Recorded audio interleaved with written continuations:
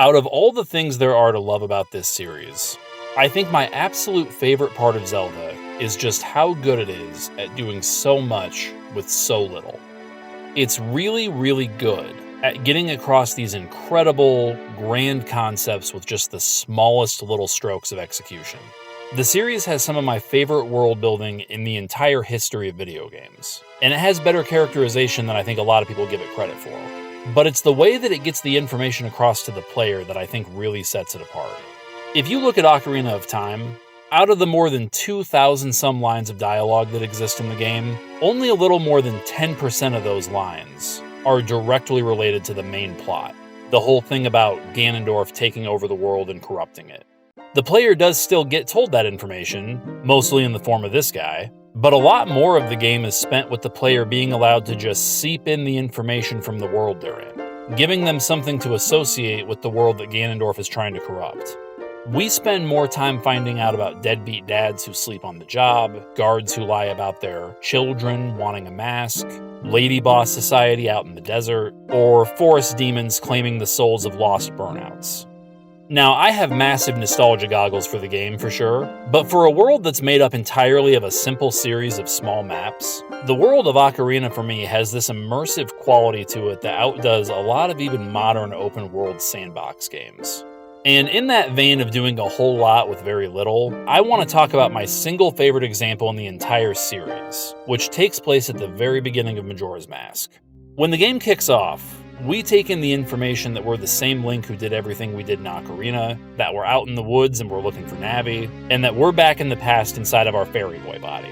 Then, we get jumped by Skull Kid, and the whole thing has kind of a light-hearted spirit to it, with the giggling on each note that's played, and then the aw shucks hiding of the ocarina. But then it just rapidly escalates in tone, all the way up to the point where we get to the nightmare fuel of Link being transformed into a Deku. It's kind of similar to how in Ocarina of Time, we escalated from Happy Forest Land Wonder at the start of the game to Zombie Town, scary-ass Forest Temple when you become an adult.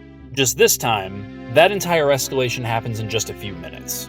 But in that brief window of time where we control Link as a Hylian, before we get cursed into a Deku Scrub, that's the moment where my favorite instance of characterization in the entire Zelda series happens. The game turns control over to you, just for a short moment so you can chase after Skull Kid. And assuming that you're returning to the game from Ocarina, the muscle memory comes back over you, and you remember how to move Fairy Boy around. There's no Navi telling you how to do each little thing, there's no Kokiri kids telling you to Z-target them or how you're going to jump across the pond. Instead, they just put up these logs in front of you to jump across, arranged in just a way that will make the player perform a couple jumps back to back.